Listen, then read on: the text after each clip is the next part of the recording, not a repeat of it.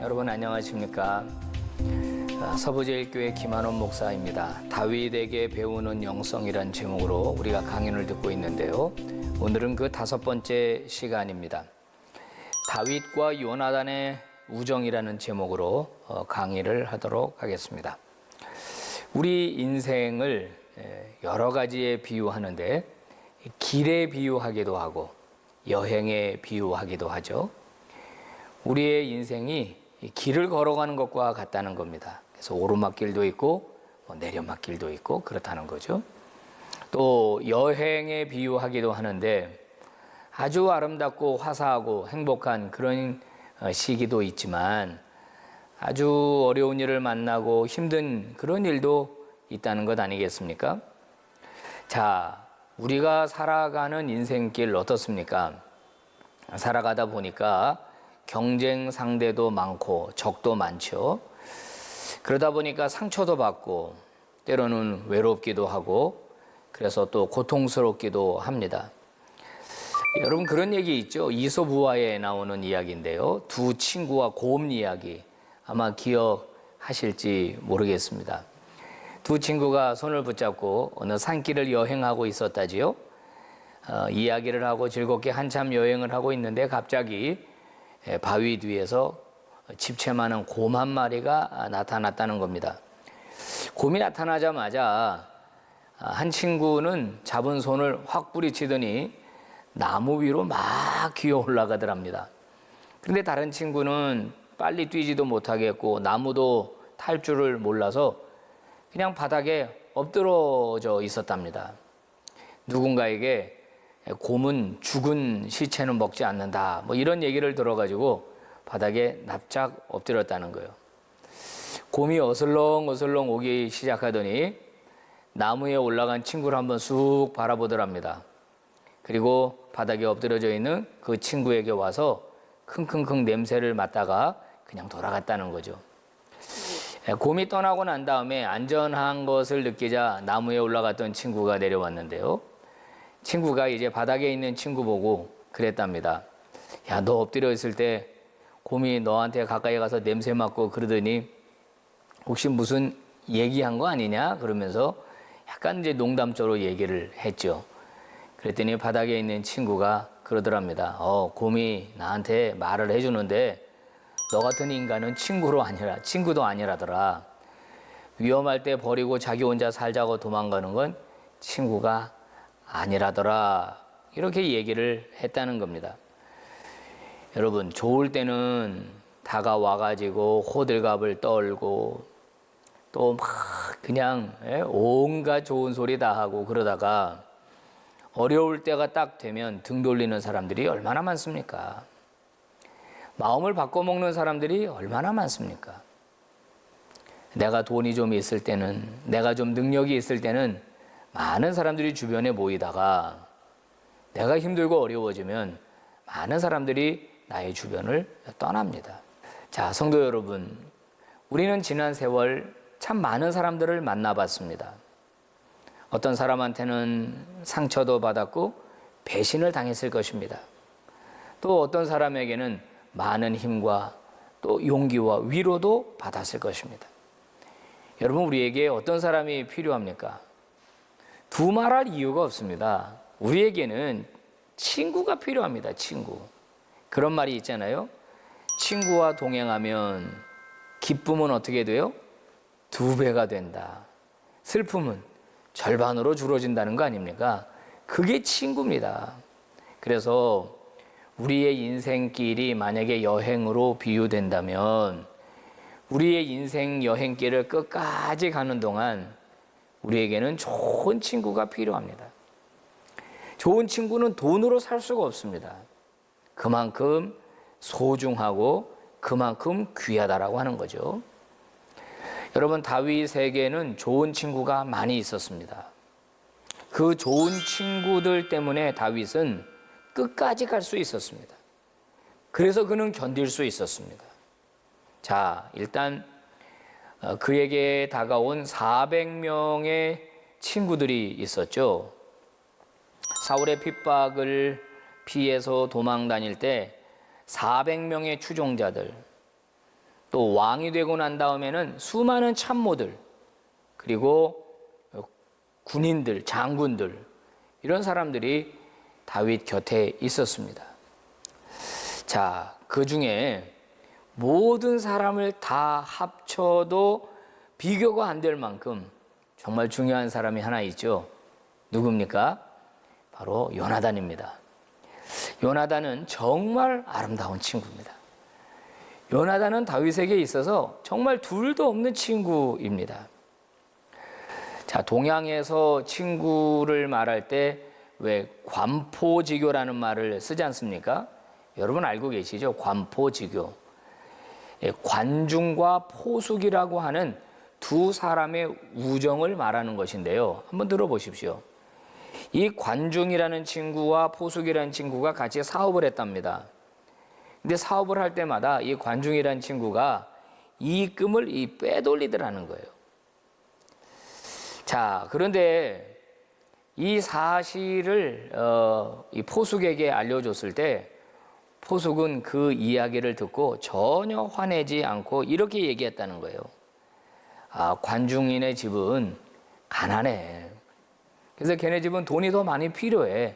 나는 얼마든지 이해해. 이렇게 얘기했다는 거예요. 둘이 같이 전장터에 나갔다는 겁니다. 전장터에 나갔는데 이 관중이 3번이나 위기 때 이 포숙을 버리고 도망을 쳤다는 것입니다. 그때도 포숙이 뭐라고 얘기했는지 아십니까?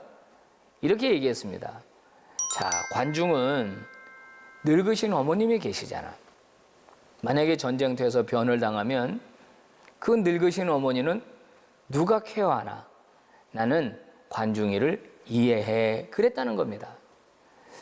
자, 나중에 시간이 지나서 관중도 그런 얘기를 했습니다. 나를 낳아준 것은 어머님이시지만은 나를 정말 잘 알고 이해해 주는 사람은 포숙밖에 없다. 자, 이 두 사람이 친구가 될 수 있었던 것은 바로 이 포숙의 마음, 그 버리지 않는 그 마음, 그 여유, 그 배려, 관용, 이런 것이 두 사람을 친구로 가능하게 해준 것입니다. 자, 동양에서 관포지교가 있다라고 하면은 성경에서는 바로 다윗과 요나단의 우정, 그들만의 그 남자의 사랑, 이것을 느낄 수가 있습니다. 자, 성도 여러분, 우리에게도 다윗 같은 친구가 있다면 얼마나 좋을까요? 또 요나단과 같은 친구가 있다면 얼마나 좋을까요? 자, 좋은 친구는 거저 생기지 않습니다. 그냥 생기지 않습니다. 만들어지는 거예요. 만들어지는 거예요. 내가 어떻게 하느냐에 따라서 좋은 친구가 만들어지는 겁니다. 우리는 보통 이런 생각합니다. 나는 아무 노력도 하지 않고 저쪽에서 내게 좋은 친구가 돼주기만을 바라는 경우가 있습니다. 아닙니다. 우리는 피차간에 그것이 학교 친구이든지 교회 성도와의 관계이든지 또 직장 생활의 관계이든지 간에 내가 어떻게 하느냐에 따라서 좋은 친구를 만들어낼 수가 있는 겁니다. 자, 어떻게 하면 우리가 서로에게 좋은 친구가 될 수 있을까요? 그 중에 하나는요, 첫 번째는 소중한 것, 내가 생각할 때 좋은 거, 이게 있다면 나눌 수 있어야 합니다. 나눌 수. 이게 굉장히 중요합니다. 내가 예를 들어서 뭐 맛있는 걸 먹었어요. 그러면 이게 내 친구랑 한번 꼭 와야 되겠다. 여러분, 이런 자세가 필요합니다. 내가 어떤 물건을 샀는데 너무 좋아요. 그러면 내 친구를 위해서 하나 더 살 수 있는 겁니다. 내가 어떤 걸 알아요. 이게 나한테 너무나 유익했어요. 그러면 그것을 친구에게도 소개해 주는 것, 그게 진정한 친구를 만들 수 있는 첫 번째 방법이라는 거예요. 보통은 안 그렇죠? 좋은 거 있으면 자기 혼자 싹 독차지하잖아요. 좋은 거 있으면 어떻게 해요? 안 알려주잖아요. 근데 친구가 되려면 좋은 것을 나눌 수 있어야 한다는 것입니다.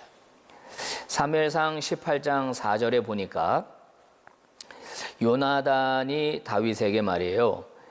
이렇게 써 있습니다.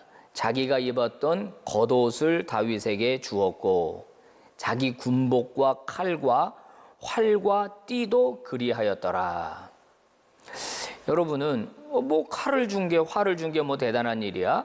옷 하나 벗어준 게 뭐 대단한 일이야? 그럴 수 있을지 모르겠습니다만은 사실은 그렇지 않습니다. 그 시대에는 이스라엘에 철공이 없었다고 그래요. 그러니까 철로 무기를 만드는 기술이 아직 이스라엘에는 없었다는 이야기입니다. 전쟁을 하다 보면은 주요 지휘관만 칼을 가졌고 나머지는 그저 다 자연에서 얻은 무기들이었습니다. 자, 그런데 요나단이 그 귀중한 물건을 다윗에게 내줬다는 겁니다. 군복을 벗어줬다, 띠를 넘겨줬다. 여러분 이게 뭘 말하는 거예요? 그거 아무나 입는 옷 아닙니다. 요나단이 누굽니까? 왕자잖아요, 왕자. 사울의 후계자 아닙니까? 그것을 표시하는 것이 옷입니다. 그리고 띠입니다. 그런데 그것을 다 벗어서 다윗에게 주었습니다. 요나단에게 필요 없어서가 아닙니다. 요나단에게 너무 소중한 겁니다. 그런데 그 소중한 것을 다윗에게 그냥 준 것이죠. 여러분 이게 친구입니다. 자, 이런 친구의 관계는 때때로 교회와 사역자의 관계에도 그대로 적용이 되는데요. 사울과 빌립보의 관계는 아주 특별했습니다. 빌립보 교회와 바울과의 관계가 아주 중요했다는 얘기입니다. 빌립보 교회는 바울을 많이 사랑했습니다. 바울이 교회를 개척해 주었고 그리고 빌립보를 떠난 상태에 있었지만은 빌립보 교회는 늘 사도 바울을 생각하면서 기도했고 또 바울의 경제적인 어려움들을 해소해 주기 위해서 물질적인 것으로 후원을 아끼지 않았습니다. 빌립보서에 보면 바울이 빌립보 교회를 향하여 감사의 인사를 하는 부분이 나옵니다. 뭐라고 되어 있느냐면 자, 이렇게 되어 있습니다.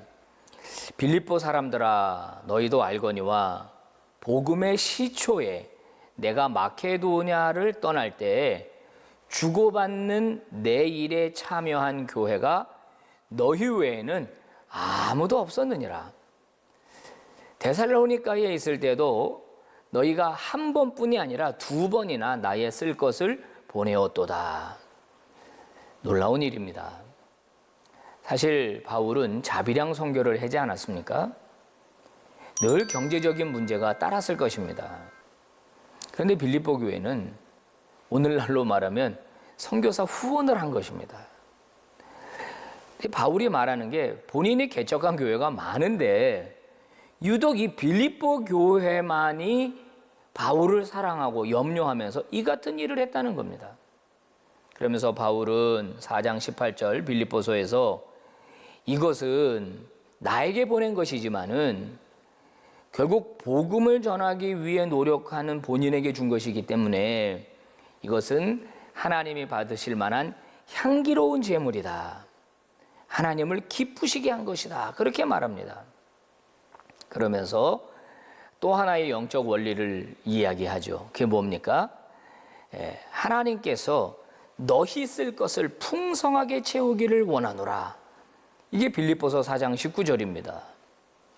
빌립보 교회가 바울을 생각해서 후원을 하고 물질을 보낸 것, 바울은 그거 받고 그냥 입을 씻는 게 아니라 너무 고맙다, 너무 감사하다, 그것은 하나님께 드려진 제물과 같다라고 말하면서 그런데 하나님이 너희 쓸 것을 아마도 분명하게 채워주실 것이다 라고 이야기를 합니다. 빌립보 교회를 축복하는 것이죠. 자, 여러분, 우리가 친구를 위해 좋은 것을 나눈다는 것 또는 교회를 위해서 또 교회가 사역자를 위해서 좋은 것을 나눈다는 것은 정말 아름다운 일입니다. 내가 가지고 있는 소중한 그것이 무엇이 됐든지 간에 그것을 나누게 된다면 내게 손해가 아니라 하나님은 그 사람에게 필요를 따라 풍성하게 채워주신다는 것이 성경이 우리에게 주시는 영적인 원리거든요. 요나단은 아낌없이 자신의 것을 다윗에게 주었습니다. 그렇다고 해서 요나단이 망했습니까? 그렇지 않습니다. 여러분, 요나단의 이름은요, 두고두고 오는 세대 가운데 정말로 위대한 사랑의 사람으로, 관용의 사람으로 우리에게 알려져 있습니다. 그의 아버지 사울은 치욕스러운 이름이지만은 그의 아들 요나단의 이름은 정말 영광스러운 이름으로 우리에게 남겨져 있는 것입니다. 성도 여러분, 여러분은 얼마나 나누고 계신가요? 여러분의 친구를 위해서 여러분은 어떤 소중한 것을 나누고 계신가요? 재미있는 이야기 하나를 소개하겠습니다. 미국의 인디언 중에서 라코타 부족이라는 그런 사람들이 있다고 그럽니다. 이 라코타 부족에게는 조상 때부터 내려오는 아름다운 이야기가 하나 있다고 하는데요. 한 사람에 대한 이야기입니다. 이 사람의 이름은 무거운 손입니다. 재밌죠? 이름이 무거운 손인데 이 아이가 7살 때 처음으로 사냥에 성공을 하게 됩니다. 토끼 한 마리를 잡았는데요. 얼마나 신이 났을까요? 주변에 있는 친구들이 7살 어린아이가 자기 친구지만은 토끼를 사냥한 것을 보고 막 박수를 쳐줬습니다. 근데 이 아이 봐요. 얼마나 기특한가 봐요. 그 잡은 토끼를 자기가 집으로 가져가지 않고 친구 중에서 제일 가난한 친구에게 그 토끼를 선물로 주었다는 겁니다. 집에 가서 그 이야기를 했더니 할머니께서 막 칭찬을 하시면서 뭐라고 말하냐면 잘했다, 잘했다, 참 잘했다. 위대한 전사가 되기 위해서는 남에게 끊임없이 좋은 것을 줄 알아야 된다. 그래야 위대한 지도자가 되고 위대한 전사가 될 수 있다. 그렇게 칭찬을 해 주었답니다. 이 아이가 자라서 12살이 되었습니다. 갑자기 폭우가 쏟아지고 강물에 물이 넘쳤는데 친구 하나가 그냥 그만 거기에 휩쓸려 갔습니다. 모두 다 막 소리를 지르고 있을 때 이 무거운 손은 그 강물로 뛰어들었습니다. 그리고 물에 빠진 친구를 구해 주었습니다. 자, 구해 주었더니 그 친구의 아버지가 너무너무 고맙다고 그러면서 선물을 하나 주었는데요. 들소 뿔을 선물로 주었다는 겁니다. 근데 그 라코타 부족에게는요, 그 들소 뿔은 아주 힘이 강한 전사들만이 가질 수 있는 그런 전리품이었다는 겁니다. 이 무거운 손은 그 들소 뿔을 손에 받아 들고 잠시 망설이다가 자기 친구 중에서 가장 약한 친구에게 그 들소 뿔을 선물로 줍니다. 그들은 이렇게 생각했다는 거예요. 들소 뿔을 가지면 힘이 세진다, 강해진다, 더 강해진다. 그런데 그 들소 뿔을 본인이 갖지 않고 제일 힘이 약한 친구에게 그 들소 뿔을 주었다는 겁니다. 15살이 되었을 때 야생마를 길들이는 일이 있었습니다. 부모와 친구들과 부족원들이 보는 가운데서 침착하게 야생마를 길들이는데 또래 아이들 중에서 가장 능숙하게 야생마를 길들였기 때문에 소위 야생마 길들이기 대회에서 1등을 했습니다. 그때 추장은 이 무거운 손에게 선물을 주었는데 독수리 깃털로 만든 머리띠를 선물했습니다. 자, 라코타 부족은 이 독수리 깃털로 만든 머리띠를 하고 다니면 시력이 좋아진다라는 그런 생각을 가지고 있었습니다. 이 무거운 손은 그 독수리 깃털로 만든 머리띠를 마을 소녀 중에서 한쪽 눈을 잃어버린 아이가 있었는데 그 아이에게 그 머리띠를 선물했습니다. 20살이 되어가지고 부족에게 이 말타기 경주 대회가 있었습니다. 그때 그는 1등을 했고 그 마을에서 가장 예쁜 자매랑 결혼을 했고 그리고 아들 둘과 딸을 하나 낳게 됩니다. 30살이 되었을 때는 부족을 대표하는 전사가 되었는데요. 아주 날렵한 솜씨로 사냥을 했고, 사냥을 한번 나가면 버팔로라든지 사슴이라든지 이런 것들을 이제 가지고 돌아옵니다. 무거운 손은 누구보다 빠른 사람이었고, 누구보다 강한 사람이었고, 누구보다 지혜로운 사람이었고, 누구보다 가슴이 따뜻한 사람이 되었습니다. 그는 자기가 사냥한 것을 혼자 먹지 않았습니다. 늘 힘이 없는 사람, 가난한 사람, 어려운 사람들에게 다 나눠줍니다. 좋은 일이 생길 때마다 자기가 가지고 있는 소중한 것들을 다른 사람들에게 나눠주었다는 겁니다. 특별히 자신과 상관이 없는 사람들, 자신에게 되갚을 수 없는 사람들, 이런 사람들에게 다 나눠주었다는 겁니다. 그의 나이가 50살이 되었을 때 마을에서는 추장을 선출하는 일이 있었습니다. 모든 부족원들은 한마음으로 무거운 손이 우리 추장이 되어야 한다, 다음 우리 지도자가 되어야 한다, 여기 합의를 합니다. 그리고 그를 이제 추대하기 위해서 그의 집을 방문했을 때 다들 깜짝 놀라고 말았답니다. 그의 텐트 안에는 낡은 도끼자루 하나와 그릇 하나밖에는 없었다는 거죠. 자, 제가 이 이야기를 책에서 읽었는데 제가 제일 감동하는 부분은 바로 이 부분이었습니다.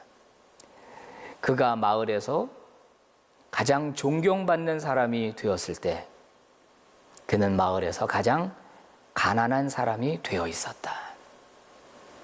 너무 멋진 말 아닙니까? 그가 마을에서 가장 존경받는 사람이 되었을 때 그는 마을에서 가장 가난한 사람이 되었다. 사랑하는 성도 여러분, 좀 죄송스러운 이야기를 하겠습니다. 이런 말 있죠. 수의에는 주머니가 없다. 무슨 뜻이에요? 아무것도 우리가 가져갈 수가 없다는 얘기입니다. 뭘 가져갈 수 있겠어요? 여러분, 우리는 우리의 친구들과 좋은 것을 나눌 수 있습니다. 물질을 나눌 수도 있고 물건을 나눌 수도 있고, 그 다음에 우리의 시간을 나눌 수도 있습니다. 지식을 나눌 수도 있고 기쁨을 나눌 수도 있습니다. 진실한 친구가 되려면 소중한 것을 나눌 수 있어야 합니다. 우리 그리스도인들은 너무 깍쟁이가 되면 안 됩니다. 너무 인색해서는 안 됩니다. 좋은 친구 그냥 얻어지지 않습니다. 저와 여러분에게 소중한 것이 있습니까? 그것을 나눌 수 있게 되기를 바랍니다. 좋은 친구를 만들 수 있는 두 번째 비결은 바로 친구가 공경에 빠졌을 때 그 친구의 변호자가 되는 것입니다. 사울 왕이 다윗을 시기하지 않았습니까? 시기하다 못해 죽이려고까지 했습니다. 신하들을 불러서 은밀하게 명령을 내립니다. 다윗을 죽이라는 겁니다. 다윗은 이 사실을 모르고 있습니다. 그럴 때마다 요나단은 그 회의에 있다가 뒷문으로 빠져나와가지고 다윗에게 기별을 해줍니다. 빨리 피하라. 우리 아버지가 너를 죽이려고 한다. 그러면서 이 요나단은요, 자기 아버지 사울에게 정말 대들면서 뭐라고 말합니까? 다윗이 무슨 잘못을 했느냐? 사무엘상 19장 4절 5절에 보면 이렇게 나와 있습니다. 요나단은 아버지 사울에게 다윗을 칭찬했다. 그러면서 왕이시여 다윗에게 나쁜 짓 하지 마십시오. 그가 아버지께 잘못한 일이 없습니다. 그가 아버지에게 한 모든 일은 선한 일들입니다. 아니, 자기 생명을 아끼지 않고 블레셋 사람 골리앗을 죽이지 않았습니까? 그 사람 때문에 이스라엘이 구원받지 않았습니까? 왕도 그때 너무 기뻐하지 않으셨습니까? 그런데 이제 와서 왜 까닭 없이, 이유 없이 그를 죽이려고 합니까? 여러분, 이런 말이 쉬운 얘기입니까? 이 말이 여러분 합당한 말입니까? 여러분, 그게 그렇게 쉬운 이야기가 아니라고 하는 거예요. 한번 들어보세요. 지금 민심이 다 어디로 쏠려 있습니까? 다윗에게 쏠려 있죠. 다윗은 지금 인기가 하늘 높은지 모르고 올라가고 있습니다.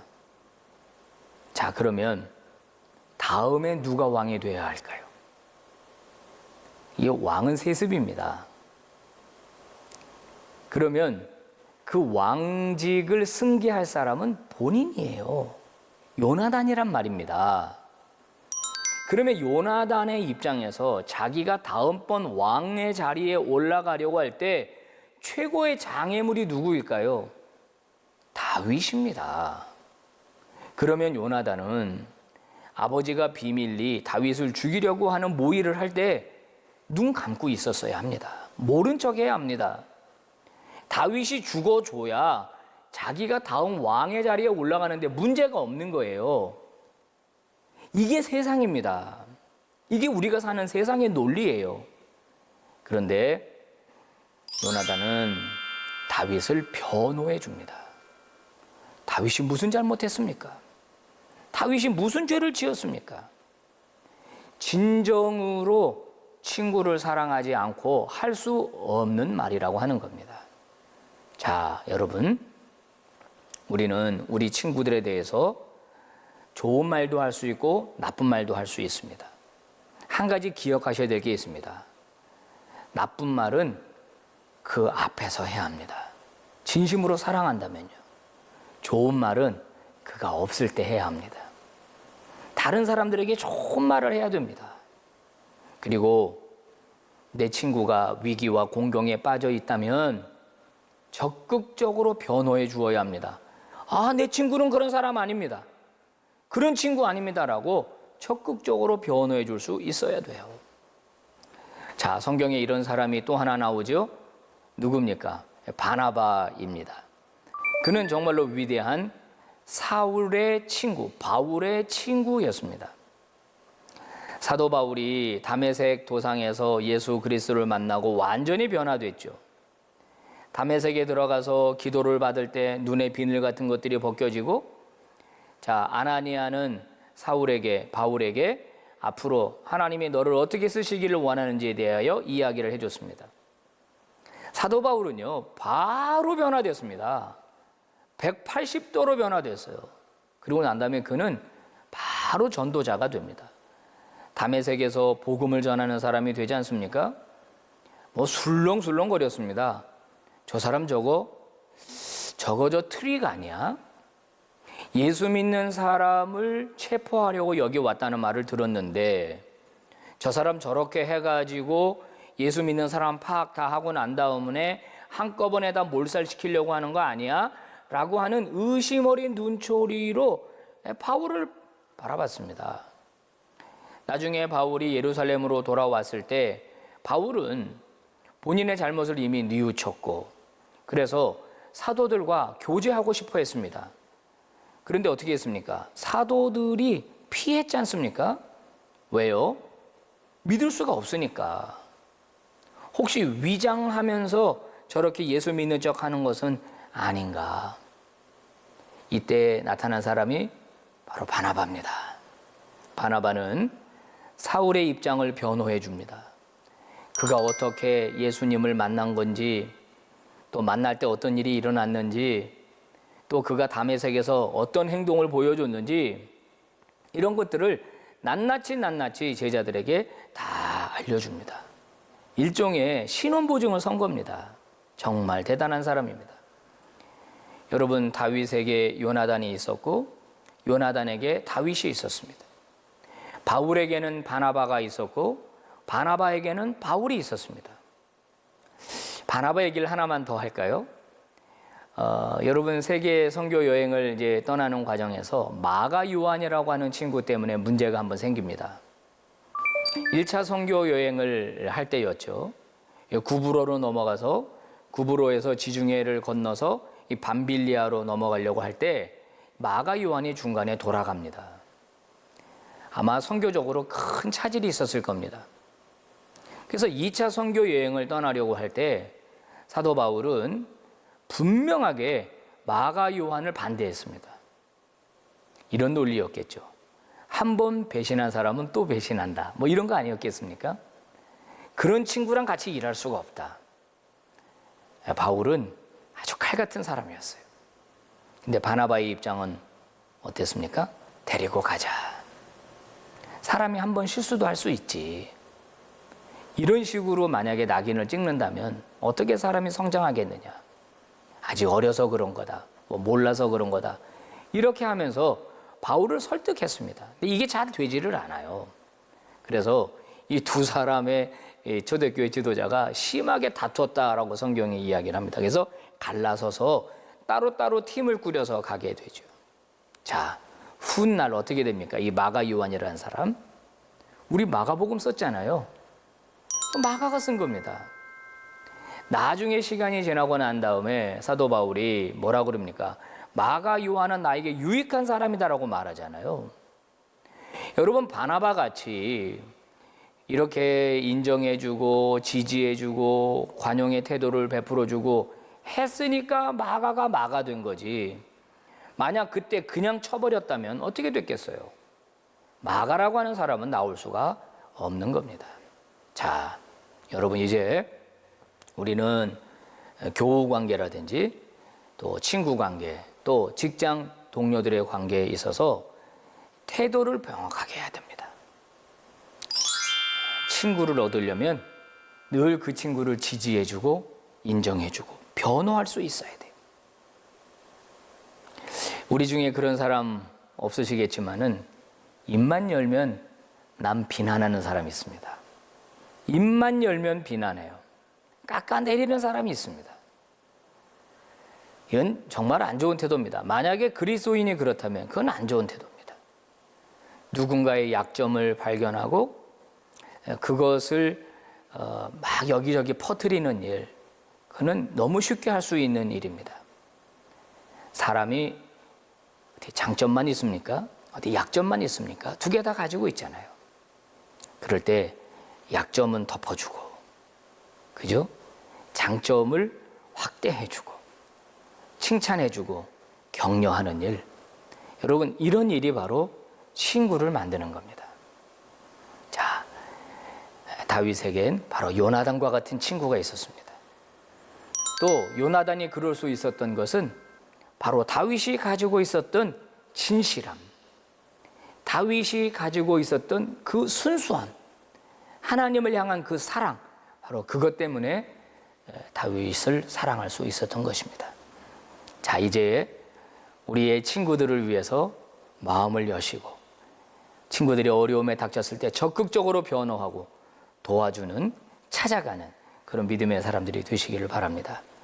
자, 세 번째는 무엇이냐면요, 이게 바로 힘들고 어려울 때 이 격려할 수 있어야 한다는 것입니다. 격려. 자, 이게 이런 말입니다.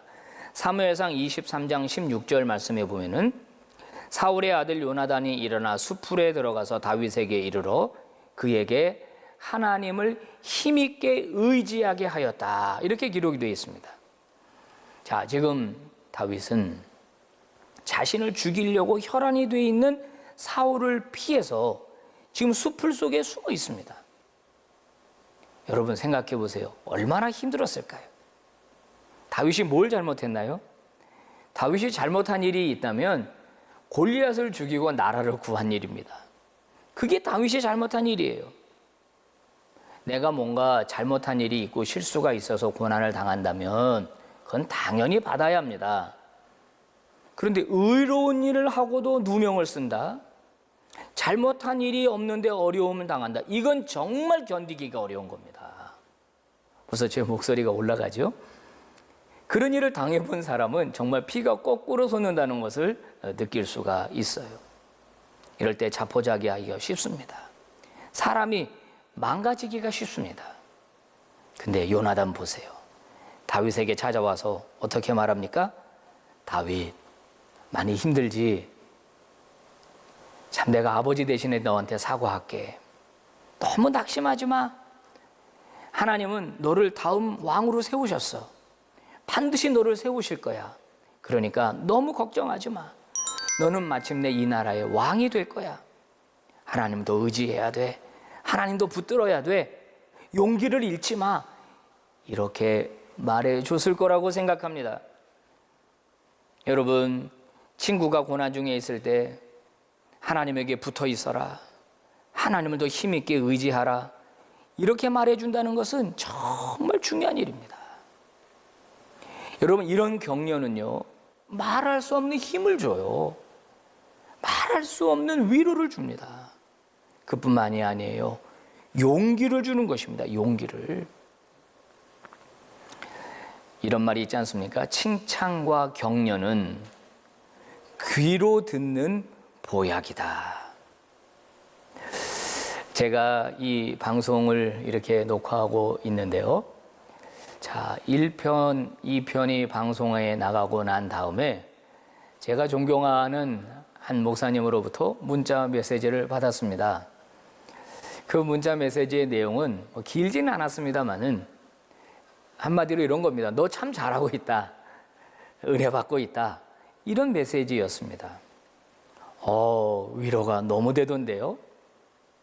용기도 막 생기고 없던 자신감도 막 생기게 되던데요. 여러분, 진정한 친구는요, 격려하는 사람입니다. 하나님을 의지하게끔 도와주는 사람입니다. 그 사람이 어떤 고통에 빠졌을 때 그 격려는 그로 하여금 그 고통의 수렁에서 나오게 해줍니다. 그게 혼자는 못 나와요. 나오기가 쉽지 않아요. 함께 할 때야만, 격려의 말이 있을 때라야만 이것이 그 사람에게 놀라운 영향력을 발휘해 주는 겁니다. 아프리카 반투족이 쓰는 말 중에 우분투라는 말이 있다고 그럽니다. 우분투. 이게 무슨 뜻이냐면 영어로 I am because you라는 뜻이라고 그래요. 해석하면 어떻게 되겠습니까? 나의 존재는 너 때문에 가능하다. 이런 뜻 아니겠습니까? 네가 있기에 내가 있을 수 있다. 이런 뜻이 바로 우분투입니다. 이 단어가 사용된 유래가 있는데 한번 들어보십시오. 한 선교사가 이 지역의 마을을 방문했답니다. 그래서 아이들과 함께 재밌게 노는데 달리기 시합을 제안했답니다. 여기서부터 저기까지 달려가는데 1등한 친구에게는 사탕을 선물로 주겠다. 그래서 준비, 출발! 했더니 애들이 막 달리더라는 거예요. 근데 그 마을에서 제일 빠른 아이가 치고 달려가는 거죠. 근데 그 마을에 제일 약한 친구는 뒤쳐져서 뛰어오는 거예요. 자, 누가 봐도 제일 빠른 그 친구 1등 한다는 건 자명한 일이었습니다. 그런데 이 아이가 막 달려가다가 꼬린 지점 1m 앞에서 멈춰서더라는 겁니다. 아니, 제가 왜 저러나 하고 봤는데 이 아이가 들어갈 생각을 안 하더라는 거예요. 그리고 뒤에 오는 친구들을 다 기다리더랍니다. 특별히 제일 뒤쳐져서 오는 그 약한 친구를 기다리더라는 거예요. 그리고 그 친구가 도착했을 때 모두 손을 잡고 하나, 둘, 셋 하면서 동시에 꼬린점을 딱 통과했다는 겁니다. 그러면 선교사한테 이렇게 말했다는 거예요. 우리 모두 1등입니다. 다 사탕 주세요. 야, 어떻게 어린아이가 이럴 수가 있죠? 그래서 물어봤답니다. 너 어떻게 그럴 수가 있냐? 제가 지금 1등을 해서 사탕을 나 혼자 선물로 받는다면 정말 행복할 겁니다. 그런데 내일은 행복할 것 같지가 않습니다. 왜냐하면 나는 기쁘지만 사탕을 받지 못하는 친구들은 다 불행하지 않습니까? 나는 이 친구들과 친구인데 내 친구들의 불행을 보면서 내가 기뻐할 수 없습니다. 그래서 우리는 동시에 들어간 것입니다. 그러면서 하는 말이에요. 우분투. 친구들이 없으면 저도 없습니다. 여러분 대단하죠? 이 우분투라고 하는 말을 다시 모든 사람에게 기억나게 한 사람이 넬슨 만델라입니다. 여러분 잘 아시지만 남아프리카 공화국은 오랜 세월 동안 백인들에 의해서 통치되었고 흑인들은 극심한 차별 대우와 박해를 받았습니다. 그런데 드디어 흑인 대통령이 나왔습니다. 자, 이 흑인 대통령 어떻게 해야 할까요? 많은 사람들은 분명히 보복할 거다, 흑인들의 세상을 만들 거다라고 생각했지만 천만에요. 그렇지 않았습니다. 넬슨 만델라 입에서 나온 말이 우분투였습니다. 백인이 있기 때문에 우리 흑인이 있고, 우리 흑인이 있기 때문에 백인이 있는 것이다. 서로가 서로를 인정하고 서로가 서로를 끌어안을 때 진정한 이 나라는 평화가 오는 것이고 성장이 오는 것이다, 이렇게 주장을 했던 것입니다. 여러분, 세상은 삭막합니다. 그리고 세상은 실수를 용납해 주지 않습니다. 기회만 되면 딛고 올라가려고 그럽니다. 하여튼간 조금이라도 틈을 보이면 위에 있는 사람을 끌어내립니다. 여러분, 그런데 성도는 정반대여야 합니다. 교회는 정반대여야 합니다. 자, 친구가 힘들고 어려울 때 찾아가서 힘있게 하나님을 의지하게 해주는 일, 너무 필요하지 않습니까? 사실 개척교회가 되면은 성도들이 출석하지 않고 빠지는 것이 금방 눈에 띕니다만은, 교인 수가 많아지고 수백 명이 넘어가고 1000명, 2000명, 10,000명, 20,000명이 넘어가면 누가 빠졌는지 잘 모릅니다. 누가 상처를 받았는지 잘 모릅니다. 누가 시험에 빠졌는지 잘 모릅니다. 그럴 때 우리 같은 남성교회 또는 같은 여성교회, 또 내 친구, 내 구역 식구들, 우리가 구역장이든 구역장이지 않든 이렇게 신경 쓸 수 있어야 돼요. 그리고 전화하고 신방하고 같이 식사하고 이러면서 그 사람을 위로하고 그 사람에게 힘을 주고 하는 일이 얼마나 필요합니까? 전에 우리 교회 성도들로부터 들은 이야기인데요. 본인이 그렇게 신앙적으로 이 영적 침체가 왔답니다. 너무 힘들고 거기다가 갑자기 감기 몸살까지 겹쳐가지고 2주 동안 교회를 나오지를 못했다는 겁니다. 아니, 나가기도 싫었답니다. 그런데 아무도 모르더래요. 전화 한 통화 오는 사람이 없더랍니다. 그게 또 그렇게 섭섭하더랍니다. 그런데 그때 누가 띵동띵동 하고 벨을 눌렀는데 문을 열어보니까 교회 집사님이 찾아왔더라는 거예요. 아니, 집사님 웬일이세요? 그랬더니 평상시에 교회에서 그렇게 얼굴이 드러나는 사람도 아니었대요. 자기랑 그렇게 좋은 관계가 있는 사람도 아니었대요. 집사님 웬일이세요? 그랬더니 잠깐 들어가도 돼요? 그래서 들어오라고. 그랬더니 집사님, 한 몇 주 안 보이는 것 같던데 혹시 이상해서 제가 한번 찾아와 봤어요. 전화도 안 하고 불쑥 찾아와서 죄송해요. 식사도 못 하셨을 것 같아서. 그러면서 꺼내는데 보니까 아주 맛있는 죽을 사가지고 왔더라는 거예요. 그 죽이 문제가 아니라 자신을 누군가가 그렇게 기억해 줬다는 거. 그래서 죽 먹어보라고 주방에서 이제 죽을 갖다 좀 덜어서 줬는데 그거를 입에 넣지를 못하겠더라는 거예요. 눈물이 뚝뚝뚝뚝 떨어져서 말이죠. 여러분, 하나님은요, 나를 사랑하세요. 예수 그리스도께서 우리에게 뭐라고 그러셨습니까? 나는 너희의 친구다 그러셨잖아요. 그 하나님의 사랑이, 예수님의 사랑이 어떻게 우리에게 전달되죠? 또 다른 사람을 통해서 전달되는 겁니다.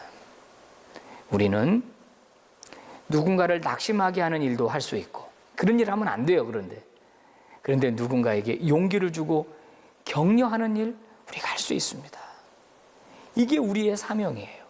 오늘 요나단은 다윗에게 하나님을 힘있게 의지해라, 그리고 그에게 위로의 말, 격려의 말을 해줄 때 다윗은 그 수풀 속에서 어마어마한 위로를 받았을 겁니다. 다윗과 요나단의 우정 정말 아름다운 모습이죠. 여러분, 이것이 우리가 성경에서 보고 듣고 그냥 고개 끄덕이고 감동하고 끝날 이야기는 아닙니다. 오늘날 제2의 다윗과 요나단의 관계가 우리 가운데 있어져야 돼요. 성도 여러분, 여러분이 바로 그 주인공이 되셔야 합니다. 제가 그 주인공이 되어야 합니다. 오늘부터 실천하십시오. 친구와 좋은 것을 나누십시오. 그리고 친구를 적극적으로 변호해 주십시오. 그리고 낙심한 친구들을 격려하십시오. 그럴 때 하나님의 놀라운 통치와 하나님의 다스림이 우리 가운데 풍성하게 임할 것입니다. 감사합니다.